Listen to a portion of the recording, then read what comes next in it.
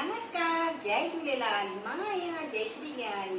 अॼु जे हिन त्योहार ते तव्हां सभिनि खे मुंहिंजा प्रणाम। अॼु आहे असां सुहागण जो ॾींहुं तीजड़ी।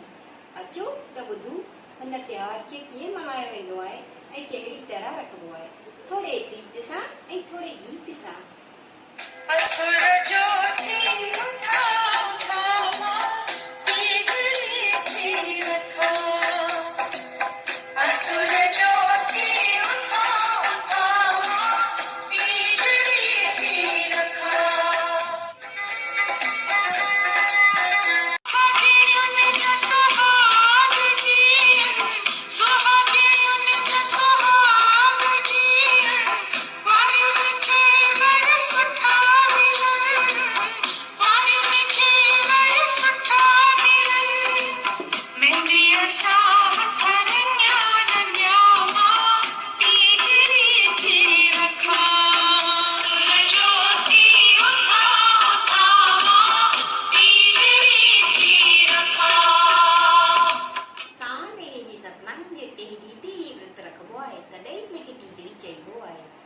सुहागण हथन में मेहंदी रचाए पंहिंजी साग बाग जी रक्षा लाइ हीअ व्रत ॾाढे सिक भाव सां रखंदियूं आहिनि।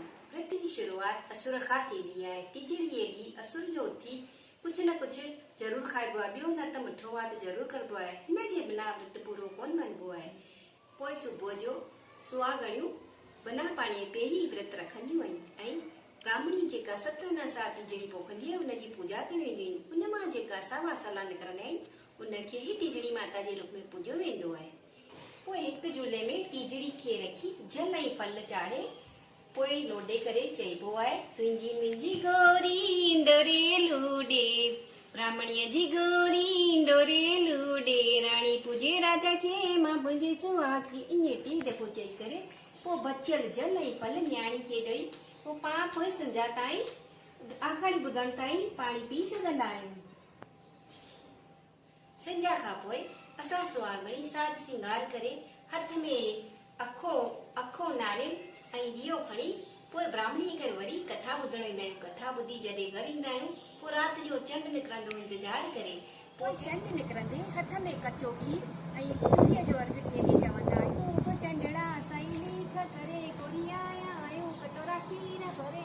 ईअं 3 दफ़ो चई पोइ बचियल खीर प्रसाद जे रूप में पंहिंजी पत्नीअ खे ॾींदा आहियूं ऐं पंहिंजे वॾनि जो आशीर्वाद रखंदा आहियूं ऐं उन मां ई प्रसाद पान बि ग्रहण करे व्रत छॾंदियूं आहियूं।